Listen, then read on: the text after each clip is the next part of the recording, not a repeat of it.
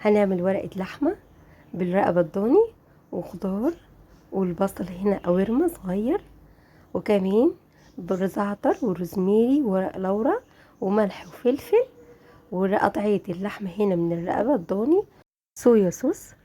تعال نشوف عملت فيها ايه. انا في بولة حطيت اللحمة بالشكل ده،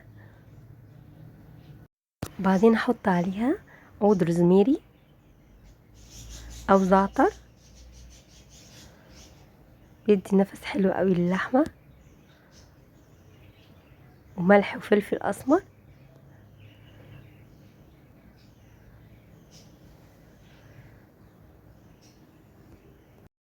بتبل اللحمة بتاعتي وهديها شوية صويا صوص عشان تدي لون حلو. هقلبهم بقى تقليبة حلوة كده، وبعد كده ناخدهم على النار.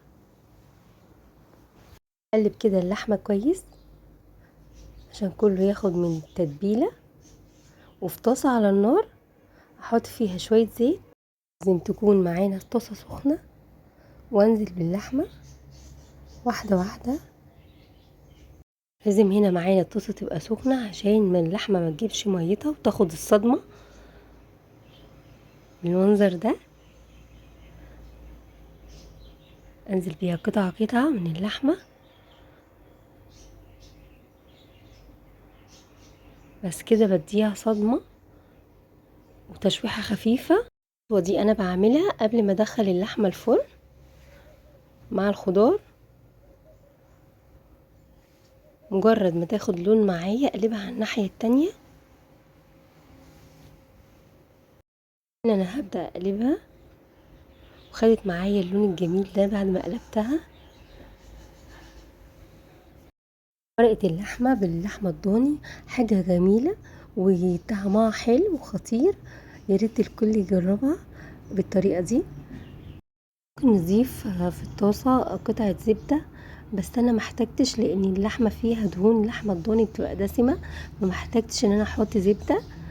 هنا خلاص اتشوحت معايا وخدت اللون الحلو دوت مطلوب، خدت لون حلو. هبدأ اشيلها من على الطاسة او الجريلا، بس اهم حاجة ما تكونش بتلزق.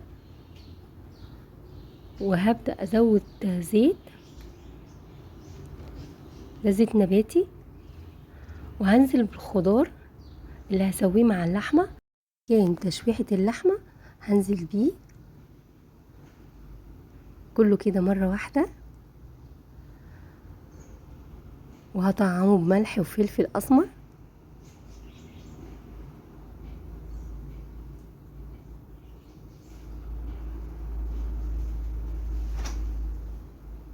عشان يبقى متبل وطعمه حلو.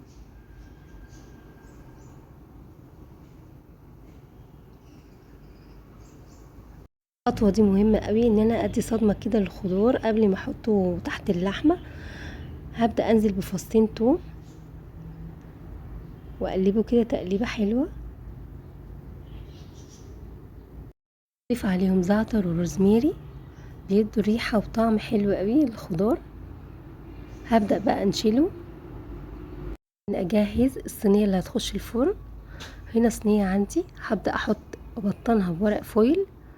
احط ورقة فويل عكسها عشان تبقى متبطنة حلو ومقفل عليها تبقى محكمة على اللحمة. وهحط ورقة زبدة عشان الورق الفويل ما يتفاعلش مع اللحمة. وهبدأ انزل بالخضار بالشكل دوت في الارضية،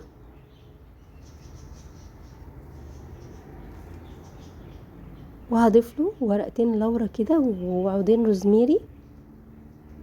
وبعد السوا هشيل الورق اللورا ده عشان ما يضايقش حد، وهبدأ ارص اللحمة بتاعتي بالمنظر ده. يعني حاجة تحفة، والريحة مش عايزة اقول لكم عاملة ازاي. خلاص كده انا خلصت. هبدأ بقى اقفل عليها كويس، وهلف عليها ورقة الفويل كويس بالمنظر ده. كده خلاص قفلت عليها وبقت محكمة عليها كده. هدخلها الفرن سخن، مش هتاخد وقت معانا. طلعت معانا بالشكل ده. هنا اهي البخار اللي طالع منها. هبدأ افتحها معاكم ونشوف الدنيا عاملة ايه، والشكل واللحمة مستوية معانا عاملة ازاي. بصوا كل حاجة قدامكم، بصوا المنظر حاجة تحفة. خضار دايب دوب، حاجة تحفة. هوريكم حتة لحمة مستوية ازاي معايا،